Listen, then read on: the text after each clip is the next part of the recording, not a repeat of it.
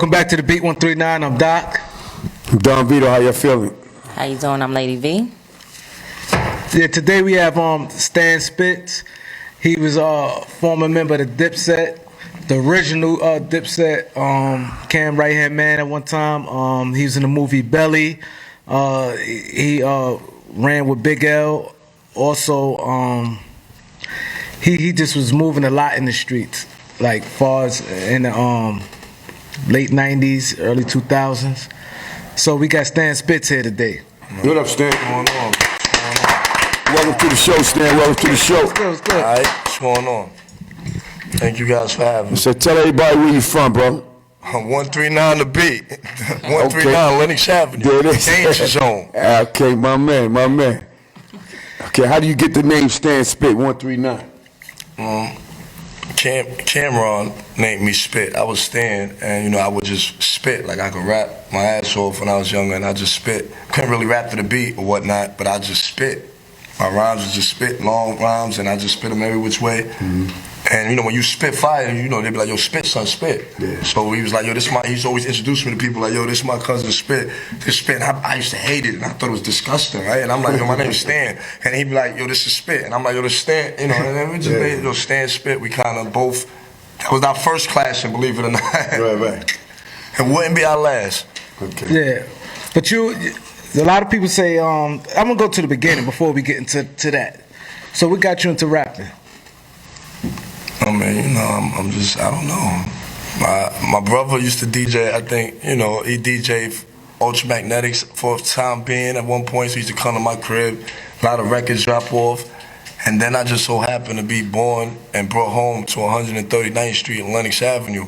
So me just being in that environment, coming outside, it was like this popular kid that the world know as Big L. And, that was like one of the few that having around and having to see what a rap is, the attention they get, then Mase get on. Then they all from my neighborhood, and I'm seeing that. And on top of me already loving Wu-Tang, loving Nas, loving Biggie, before I actually got a chance to know, you know what I mean? Like, and just being a fan of that shit, and that was it. I wanted to do it. I'm like, fuck it, this is what it is, So, I want to ask you, I just realized you was in the movie Belly. You're the one who got killed at the table, right? Yes, I played a character called Juelz. Right. How did you get that part? Well, at the time I had my manager was a guy by the name of TD, Swiss Beats father, right? Yeah. Terrence Dean, DNY brother, Rough Riders, right? So T was managing me. And met him in a gambling spot on 136th Street, famous gambling spot. You know what I mean? But in that joint, and he was telling me, yo, listen, I got this situation. Come down. He introduced me to a guy by the name of DMX, but he wasn't known at the time. He was on 125th Street. So yo, take the nigga to get some weed real quick. I used to ride around in cabs on hold. I went into X somewhere, we vibe. We ended up going off a whole day by ourselves vibing, and for that one day, we had a relationship. So TD brought me around Rough Riders. I met DMX. DMX, I go downtown. I go to audition. A guy by the name of Anthony Bo, and TD takes me down there. And DMX, of course, already having a relationship. And I don't know, I auditioned for the shit. And I actually got into a little argument. I went up there, I got into a little argument because the nigga said, yo, Reed, since me and this other actor were reading from the joint. And the kids started touching me, getting all overzealous and everything like that. And I said, yo, fam, fuck is you doing touching me? Like, nigga, they just want to know if you can fucking read. At the time, my facial expressions, and you got in the room, now mind you got Winston Sinclair, you got Anthony Bolton, which is Hype Williams' man, and you got like a representative of Hype, like a real tight butt nigga sitting in the seat, right? You know what I mean? So I flip out. TD's like, yo, you blow it, the fuck is you doing? That Lennox Avenue nigga shit is not gonna fly, you wanna get this, what the fuck are you doing? Fuck that shit, I'm rolling up downstairs. Yo, I don't give a fuck to you. I rap anyway. Fuck this shit. Who's doing the soundtrack? They're like Irv Gotti, but that's another situation. You might have blew that. Boom. Anyway, the guy Tone Capone, Anthony Bolton, which he could attest to that. He runs down to the cab. He like, yo, can you come upstairs real quick? TD is like, and he's apologizing to the guy, right? And I was just sitting there rolling up in the truck. And he like, yo, come upstairs. If you come upstairs real quick, man, I just need you to come upstairs and read again on the joint. I said, yo, listen, fuck that shit. I'm not reading no more. I don't care for it. I'm good. I rap. Let me do the soundtrack. He said, listen, do me a favor. Just come upstairs and rap in front of the camera then. He said, listen, man, them facial expressions, don't worry about it. I know he's telling you fucked up, but them facial expressions you was doing and your whole, or come upstairs. I just want to show hype you. Like, they ain't get a chance to put me on camera. So then I end up rapping on camera. Boom, they showed it to Hype Williams. I'm on like 7th Avenue. I'm over there by Frederick Douglass and all that, riding in the cab. I get the call. I'm with C-Town, which is Big L Man, C-Town, and a few other people. And I get the call, and they're like, yo, listen, can you come down, back down to the place? And I'm like, for what? I ain't doing that. Fuck, I'm come back down there for. They're like, listen, you got the role. So right then I come down there, they take Shyne picture. Now he got an 8x10 of Shyne. Shyne from Wu-Tang that's Clan? my man. Yeah, Shyne. He got a lot of love for Big L. That's my man. Big up Shyne. And they took his 8x10 down and took a Polaroid of me and put it right up and said, yo, you wise. And I end up, you know what I mean? That's crazy. And I ain't no shade to Shyne, but you know they gave me, and that's why they gave him the In Too Deep shit and all that. And you know they said, all right, here, do the In Too Deep shit. You know what I mean? Oh wow, okay. That's a crazy. In Too Deep is hot, you know. I like In Too Deep. TD's my guy, actually. It's better than Belly too. All right. I ain't gonna say it's better than Belly. Yeah, so, all right, so you doing that. Now you making your waves. And then you and Cam, I see before, I see y'all doing y'all little thing together, getting it down. Okay, we running around. And now you his man. Yeah, it was love. You his hitter. I see this. And then, Mase and Cam start beefing. And then made it even better. They sent you on Mase, and then you battled Mase. Talk about that. Okay, it was on Hump 40th one day. Like, see, 39th Street, Hump 40th, like I was talking with y'all following guests, right? The guests you had previously.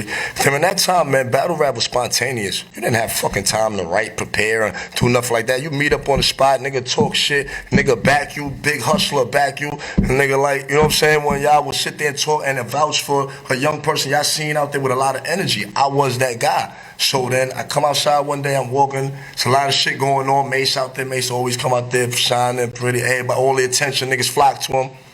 This day he come out there, I don't know how it led to whatever, but they was over there doing something. I walk up and it ended up happening. Now Cam and Mase beefing, I'm already fucking with Cam.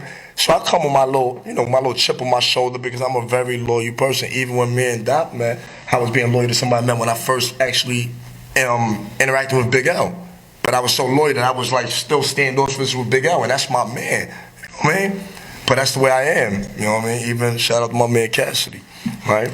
But anyway, what were we saying? No, the battle with Mase. All right, you ran down on Mase. You and Cam. I come up. Cam wasn't there. No, I know that. I was there. I come to the block. Boom. Niggas is talking shit. Whatever. Huddy was there. God bless their Huddy. Yeah, it's crowded. It was crowded. We end up popping shit. Mase rhyming. I come up. I rhyme. I say a rhyme.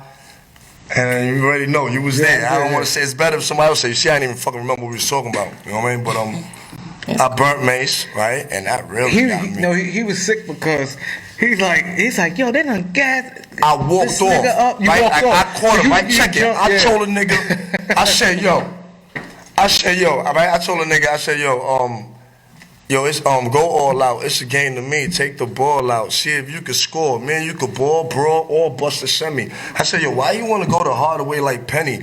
These ain't folk tales. Me and Killer could have got you when we seen your truck parked outside of Oak Trails. And at the time, he had a crib in Jersey, Oak Trails, gated community, right? One bedroom.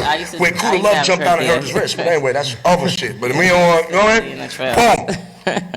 So I said that. And prior to that, he got robbed. He got robbed on 142nd. Him and the basketball player. But I'm cool with the basketball player, so it's no problem. They got robbed. I knew that. So at this time, the fucking ingredient of URL and what these niggas is fucking doing, I did. Personals, all that face shit. I was doing that shit off GP because that was my energy. That's just the way I fucking am. That's what these niggas is doing now. So the stage, corners, all the same fucking shit if you have that energy. I don't give a fuck where we at. Jail cell, barbershop, corner. Nigga, I don't give a fuck. I'm here to burn you, and I don't give a fuck what this crowd say, what this nigga say, what that nigga say, because you and I know what's going on. And that's what Pac said, right? Pacology 101, but neither here nor there, boom. So I said, yo, last time you got robbed on 42nd and 7th. This time it's going down on 40th and Lenox. You got a rollie and no gap. Guess who told me that? The man behind your back, good looking, HUD, gave him that. But when I reached my hand out, Huddy, natural reaction. What's your natural reaction? If I go like this, your reaction to put your hand out. So Hud was with him. When I said, yo, you gotta roll your no gag. Guess who told me that? Your man behind your back. Good looking Hud gave him that. Hud reached his hand out. The crowd went crazy because Hud that's like I got your man who just jumped out the range with you. Harlem World gave me that, but Huddy my man. Hud is the reason why I met Cam. Hud introduced me to Killer. I didn't know Cam. Hud, God bless his dad, introduced me to Camron. You know what I'm saying? But neither here nor there, did that. When I saw that opportunity, I spun on him. Bomb. Cause he had a little rhyme. He was hurting me. That first rhyme. I'm a little harm you. I sent a little A-rap to bomb you. I didn't know what to do. He was saying some shit. He was glittery. He was looking pretty. I'm like, damn, you know what I'm saying? I was hoping they would root for the little dirty kid on the block, but that wasn't the case. They don't root for the underdog in that way. That is a false fact statement, but neither here nor there. Boom. Saw the opportunity, I spun on the nigga. The old crowd going crazy. He like, no, come back, He said, come back. He said, he fucking flunky. If you tell a story, it's how you started off. Like how to start story. Even if I get beat up, if I jump up and smack the shit out this nigga, they gonna be like, yo, what happened? I heard Stan and such got in the fight. Well, if I hit you first, that's all they gonna hear. Yo, that nigga snuffed the nigga, boom. So at that time in battle rap, I knew if I had the opportunity to spin on him and the crowd went crazy, that's the last thing I'm gonna say, yo, what happened? Yo, the nigga said something, the crowd went crazy, he spun on him. Yo, but then he yelling, telling me come back, I go to the payphone on 40th. I'm excited in my heart, like, boom, I know this is Mase. This is triple platinum Mase. Yeah. This is big. This is not it's crazy. It's crazy. Living with Diddy dildo in the bathroom Mase. No, this is motherfucking. That's what Camron said, right? Wow. Boom. This is motherfucking Mase. When Mase is Mase, 5 million triple platinum only in the U.S. Yeah. Now this ain't murder, man. This is fucking drop murder off Mase. Woke up on Teen Summit. This is big Mase. This is fucking Brandy Mase getting head from Brandy Mase. Boom, burnt them. He come back with the Teamsters, and I do my thing on them as well. But I called Cam on the payphone, and the nigga Killer he like, yo, what happened? I said, yo, I just burned Mase, B. He said, I said, yo, the block us out there. He said, yo, for real? He said, yo, I'll be right there in a minute, B. I'm gonna take you out. We gonna go have a good time. Sure enough, he came. The story was validated, not just from my side, seeing it like I was being biased. Hold on, let me take people to the scene because at that time, like, yeah, Mase, people he fuck with, like Mase was with Hud and them. And it was crazy because people don't know, Mase and Hud, Cam and Hud was like this. Yes. And I think Cam felt a little way when Hud started siding with him because they lived in the same building. Him and Hud was tight. So when Mase went over there, because Cam at the time, Mase was at the time with the dude. Cam was like under Mase. So y'all had y'all little split little thing, y'all little era dudes, whatever, like that. So you was laying in the cut, and then when you did it and you spent on him, he's like, yo, come back. He was mad. Nah, you go, you did like this. My beard shaking, I'm spinning, and so let me stab you. He said, come back. He was tight. He was tight. He came back. Guess when he came back to the block, though? He was tight. Now, notice this. If you watch Criminal Minds, human behavior doesn't change. I must have affected him in some way besides his pride. He came back with no jury. After I mentioned the robbery and all that, yo, you got to roll in more. Niggas still came back with no jury. Like, you know what I mean? Came back with some 2 young artists he had with him trying to battle me. I ended up battling 2 people at one time, which none of that shit is nothing new. And I still got off with the Killer. And, you know, like Doc said. But I always want to ask you, I went away right after that, right? I always want to ask you, did you have that, you wrote that down? Because it's crazy, when your opening lines like, did you, you screaming all out. If you ball out, that opening line was crazy. Yeah, you know I used to do that. I used to do that bad, and them used to get me mad. They be snapping and shit. Like I niggas said, we from the streets. Niggas like to snap. I couldn't fucking snap, but what I could do is disrespect you and make it rhyme because I'm smart, and syllables and compounds doesn't fucking change. So I would put the words together in a rhyme and could have it, but I couldn't rap to the beat, and I give you like 4 lines or 1-liners. When niggas call 1-liners memorable 1-liners, I still got. Niggas like Charlie Clips and Head Ice still remember rhymes that I never put out, never got on YouTube with, that's just street famous. Like, you know what I'm saying? Like, street known. Like, nigga be like, yo, I know this nigga got a dirty rhyme. He used to be a dirty this, dirty that. He had a rhyme where he was like, yo, I got you money, shot you money. You know, shit that ain't on nothing, but I bodied it. Niggas know it. To this day, niggas be coming to me like, yo, I remember this rhyme you said, and it wasn't no YouTube, it wasn't no social media, it wasn't none of that, you know what I mean? So yeah, Killer took me out to eat, showed me a lot of love after that. I was dumb hype. because it was like an all-out diplomat thing. Like, Yeah, you know, I they was, remember, yeah. But they was, like you said, they was popping, so they was working at the Hit Factory, and we was at Soundtrack. Because a lot of people say, where Juelz at, that was you. Everybody say that. Juelz is Stan. Because, like, once you left, then Juelz came in. You know what I'm saying? Like, if you could... No, take but time Juelz back- came at the same time. Juelz was there. Juelz came a little after. Like, I remember being in sessions with him and all that stuff. Juelz was prepared. He came in, and I feel like Juelz, you know, worked. I said it on Gully TV. Juelz worked for everything he got. He was already signed artist. He came in. He was part of a group, and you know what I mean. He fit the agenda. Killer wanted to make me and him the diplomats because you know Jim Jones was Jimmy Jones, and he was his hype man at the time. He didn't have the agenda to really be diplomats. The diplomats would have been Camron as the CEO board and featuring Stan Spit and Juelz Santana, which was L's at the time. They didn't even have Juelz Santana. That came from Carlos Santana. They did that song with the Mariana, boom, and it came about, neither here nor there. But I feel like Juelz, shout out to him, and I hope he gets to a situation. And I got no ill will. I don't really care about that. Niggas, that's just flattery, like, you know what I'm saying? Like, whatever. If niggas see a similarity or whatnot, but he showed up ready to work, and he did the work, and obviously he got paid for the work. You know what I mean? That's respectful. And I'm smiling, and God is good. I got all my teeth, and you know, everything is everything. Well, you said, yeah, you pretty. What happened? You got a good hype, so, but you said you was around Big L. God bless the dead. I'm from the same neighborhood as Lamar. And all Yeah. that. So, how was it like to be around him and things like that? Well, see, he used to always tell me calm down, Doc no LL style is not nothing like mine. So he'd be like, yo, relax, smooth. Like he's so smooth, and I was just a wild, hype, energetic. So really, Big Leroy, God bless his dead, and Rob would kind of force me to hang out with L. Like, yo, here, if L borrowed an MP from his brother, he'd be like, yo, stand with you, let him go, and that's how we started to really, you know, hang out and build. But I learned a lot from watching Big L. He's very funny. He could snap really good, like, you know what I mean? And he always was putting that pen with no matter what, Always. little pad, little something, Yeah. sunflower seeds, a little shot down something, listening to a nigga like Bad Snap, TC Snap, and he'll write down whatever old time I might have said, drunk wine, or might have said some fly shit, and Big L took that bomb, and you know, and he's a legend. At the time being around him, I didn't know how.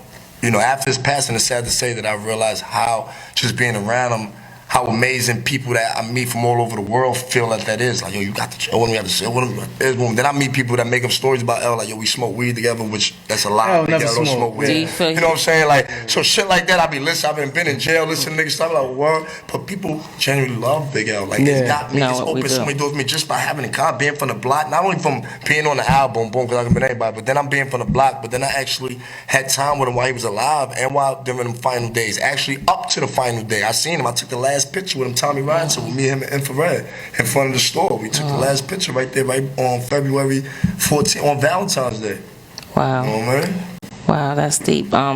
You feel he inspired you on certain things? Yeah, it's him, the neighborhood, his brothers, Doc, you know what I mean, my man Nitty, just everything. Harlem, that's what I am, Harlem. I am that. But I just, you know, some stories don't get on. The best stories don't get told. That is definitely the But it truth. takes platforms like you guys to be innovative and daring and bold, to not worry about how many follows, how many streams. Well, I ain't got a billion streams, but I got $1 billion. Well, I ain't got neither, but it takes somebody to say, listen, that doesn't matter what's going on social media, because some things are just, we already know this shit is a facade, it's a mirage, like, you know what I mean?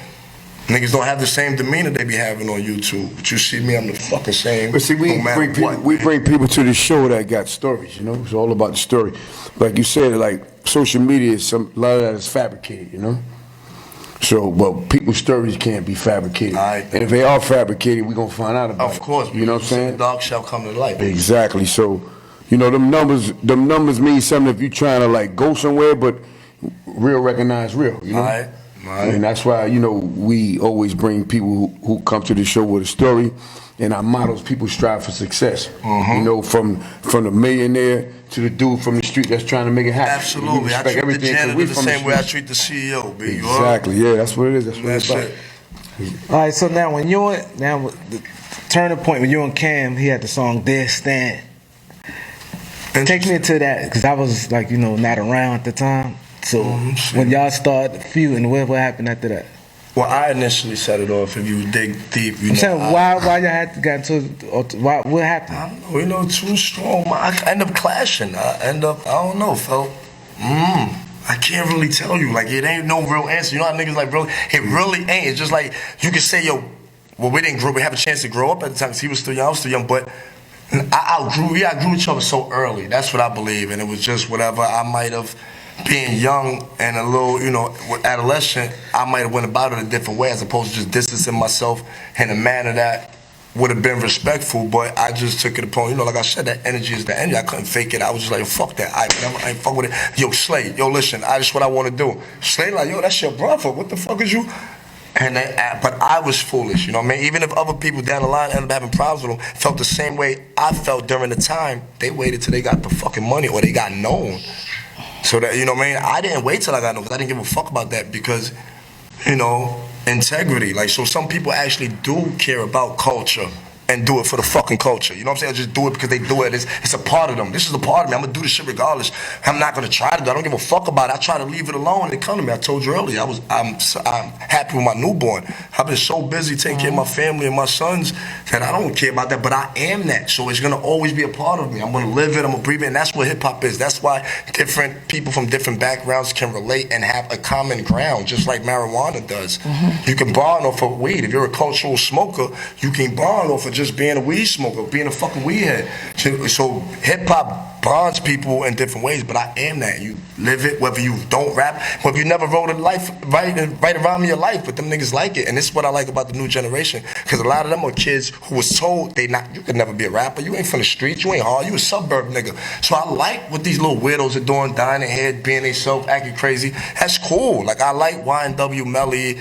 There's a couple of them I like, you know what I'm saying? And I ain't one of them niggas that's like that, but because I like artists, I like hip-hop, and I like artistry, you know what I'm saying? So, okay, so now, altercation, who came up with the first song? You dissed him first or he dissed you Yeah, first? I set it off for 24 Hours to Live. I took, you know, I had the Murder Unit on there, 6'7". That's what made it a little deeper, you know what I'm saying? I involved them niggas. Oh, so you strike first? Yes, but what happened was K. Slay ended up calling, like I said. He was cool with him. He had met me, you know what I'm saying, whatever. And so when I left there, he called Kill up, like, yo, guess who just left here and got a joint for my next tape, dissing you.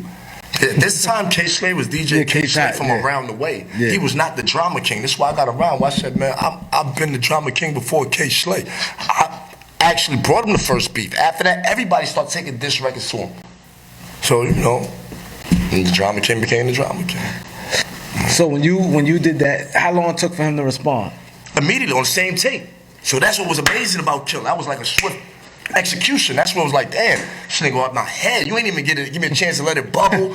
He on my fucking neck, damn. But and me at the time, remember, this is Camron. I don't give a fuck. I'm looking at good or bad. This is somebody I was looking at, and now I'm considered a nemesis. I'm like, okay, cool. This is better than you being down with him, because it was just me being a part of a fucking, like Mase thought, a flunky. You know what I'm saying? Being like the rest of them niggas running around. No, it was not that. So you and Cam, y'all still beef? No, good. Camron, no, we've been good for a minute. You know, shout out to Camron. He doing this thing. That's cool. Yeah, y'all older now, you know. It was fun, It was fun. It was what it was. It was part of hip-hop. It opened the door. You see all them diss joints came in, Prodigy, then Beanie and Jada Kiss, all that shit on the same time frame. Like, you know what I'm saying? Right, the same mixtape. So he responded to that, and then I wrote him with Dear Stan. I replied back, because I figured, let me make it fun. Once again, even though I'm hearing the harsh words in the rhyme and all that, I'm like, damn, okay. I go ahead and respond and make it fun. Stan wrote Eminem in the real song. Eminem writes Stan back. Cam writes me, which was genius, because my name is Stan. So I said, let me write the nigga back. Fuck, I gotta pick the same beat, even though I didn't like this shit. So I did the same beat, but I looped it different, so it got a little different edge, which was ahead of its time, what niggas is doing now. What Tory Lanez and the niggas is doing now with the little remix. But I tweaked this shit early, without even knowing. You could stumble upon brilliance, you know what I'm saying? Like, without even knowing, and by being misguided or falling victim to the streets is what I tell my son, having a 16-year-old, whatever, being misguided, you miss your opportunity, or you'll fall victim to all the shit that the streets will do to you, or, you know what I mean, or miss opportunity. Like, Nas is the only nigga that said, yo, listen, you on the run, because during the time frame you break down, that we ain't say all that shit, I'm on the run while I'm doing that.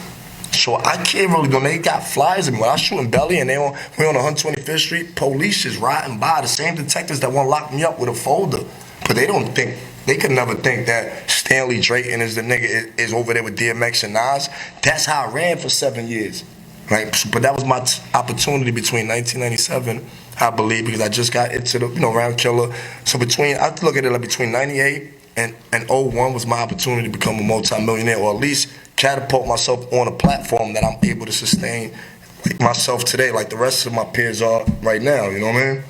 So you was connected to all these big people at the time. Why you never signed with a label? Well, I was with Camron and I was loyal. I was like, yo, listen, these niggas from my block. This is what I'm doing. Man, I'm with Killer. Right. And then after that, this stuff happened. And just real life kick in. You start doing real shit on, So where you go from here now? Like, what's your up and coming? We're gonna act. I'm gonna take care of my family, and that's what I'm really big on. So if I gotta take care of my family, going back to rap or acting or working a 9 to 5. Or consulting for a younger artist, whatever it may be, that's what I'm doing. I got my hands in everything. I got a couple of artists I'm fucking with right now. I'm working on a project, No More Mr. Nice Guy. I want to do it for myself. I'm not even doing it for nobody, just because it's a new platform. I can push a fucking button and release it. I just want to see. That's my vanity. Like I want to see it to appease myself. Like I want to put together 8 songs, because 8 is enough. No pun intended, right? Big up on 8 songs, 8 visuals. And give it to them, to the streets on what I want to do, you know what I mean? And I think I'm gonna get a good response, but I don't care for that. I want to act, you know what I mean? I want to do that. So that like Ice Cube. That No More Mr. Nice Guy. When you think you probably have it set? Yo, a wise man once said this, and I hope you watch this. But a wise man once said, "You can't rush greatness." And that's a nigga sitting in the feds. So I don't even want to put a time frame. I'm working on it. Of course I want to get it in, and now I ain't getting any younger. Gotcha. It should have been out years ago, but you know what I mean? I'm going to put it together. And you think you might be able to drop one song and put it out, like on the, internet or something? Oh, I'm going to do that. I was in the studio last night working on some features. I've been working on features, so that you are going to hear Stan spit on something. As far as the No More Mr. Nice Guy, I'm gonna stay reserved, and I'm gonna work on it. I want it to be nice and really good, because it's like chess. You can win the game. I like that song with you and Will Tracks. You like the joint? Yeah, that shit's crazy. All right. Shout out to Will Tracks, babe. You should be all right though, because you got a lot of experience from what I'm hearing, and you've been connected to a lot of people, a lot of big people. You got acting skills, your resume is there, so for you to come back, everybody can come back. You just got to reinvent yourself and keep it moving. You know what I'm saying? You got a lot of good experience, like you said, when social media wasn't social media. When that wasn't available. When you had to really grind. You know what I'm saying? To get a name. Yeah. A lot of people feed off of social media. That's how they win their fame. But you was around before that. You was I was me when Big was still alive. That was kind of big. When he buying weed from that. You know what I mean? Like becoming who I am while the Locks is on mixtapes and doing all that. These niggas is instant famous now. You see them so much on YouTube, they become famous. Like how you were saying, you compare, a battle rapper or a YouTube rapper to an industry rapper with a real machine on it is not the same, because now you're just seeing yourself so much that you fucking drilling yourself in the public's mind that they automatically, as soon as they see you, that, oh shit, yo, you such and such from that was smacking the orange on your head 100 times or 1,000,000 times on Instagram, and they get excited off of that. You know what I mean? Right. So this new era, like what's going on with the new YNN Almighty and Jay Prince, what's your take on that? The little nigga got his ass beat? Yeah. He got his ass beat up. You know what I'm saying? You can't be. That's another thing, the guidelines, man. And another person told me, you gotta respect the streets, man. You know what I'm saying? Like, how was a young nigga? Wasn't no YouTube back then on the World Star, but I, got my chain, took him before, and God bless the dad. Reggie White said, you gotta respect the streets, man. You can't run around if you ain't built certain things, certain situations. You gotta remove yourself from certain situations, B. That little nigga put himself in a situation that he wasn't built for, and you can't let your mouth write a check that your ass can't catch. So no matter who you connect with. That's the real though. No matter who you connect with, Jay Prince, and Jay Prince know that. Nigga, boy, why the fuck was you down there at that time doing that dumb shit? Anyway. Now I gotta come clean up that fucking mess because it's on my name, but you know what I'm saying? So shout out to what they doing. But like I said, boy, I was in the wrong situation. I don't give a fuck about it.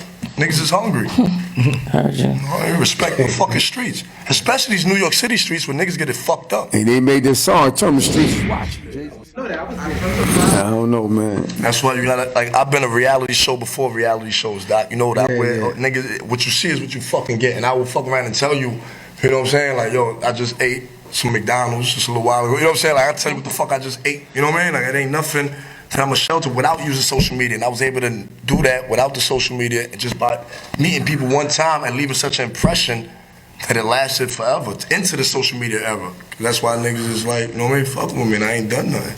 And to get back onto the Jay Prince thing, you know, and I was thinking like, certain people can go somewhere and wear anything and have crazy money, whatever, have no problems because they built like that. Well, no, people know. But certain people can go somewhere, if you ain't built like that, what you doing? Even if you're not built like that, it's how you carry yourself. Exactly. The art of war. I don't think, you know, Jay-Z was ever, you know, when he was active running around, he wasn't like the builders person. You surround yourself with good people that genuinely care about yourself and you move accordingly, you won't have no problem. You don't bring no extra unnecessary shit around you. You know what I'm saying? Like, I done been, nigga, I just was in the bridge with 20 niggas. I just told my man, I was doing a feature last night. They paid me some money.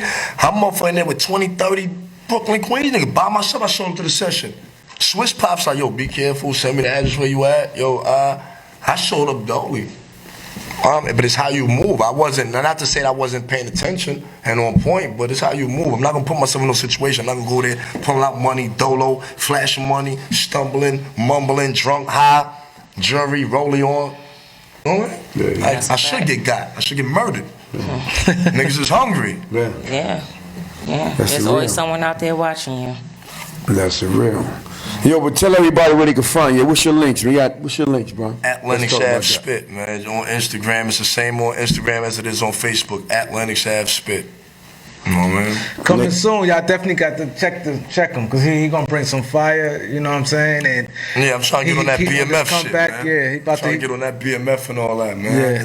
And get on one of these shows, man. Empire, didn't that little?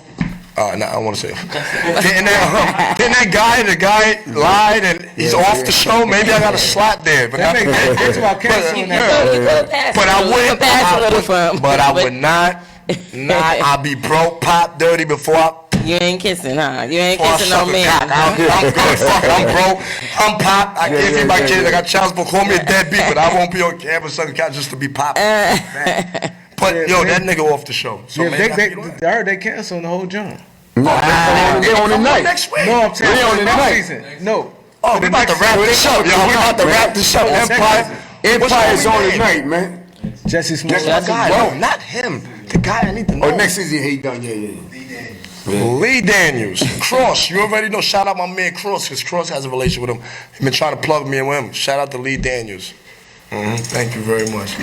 And other lady, the lady from Power, what's her name? Yeah, that's my lady. How can I forget? Taraji.